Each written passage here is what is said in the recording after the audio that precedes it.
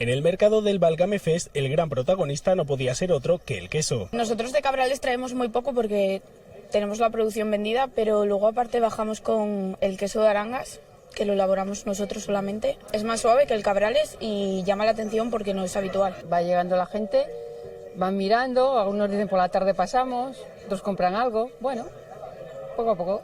Quesos con sabores nuevos como este de cabra con arándanos llegado del otro lado del cordal. Gusta mucho. Llama mucho la atención sobre todo por el formato y por el color, evidentemente. Gastronomía y artesanía se dan la mano en un mercado en el que han participado 40 profesionales y que se fue animando según avanzaba la mañana. Venimos a mirar y a ver si podemos comprar alguna cosilla, pues para llevarnos un recuerdo de aquí. Esto de Cabrales y todo esto es muy guapo y estos mercados están muy bien. A mí me gustan. Ya compramos algo.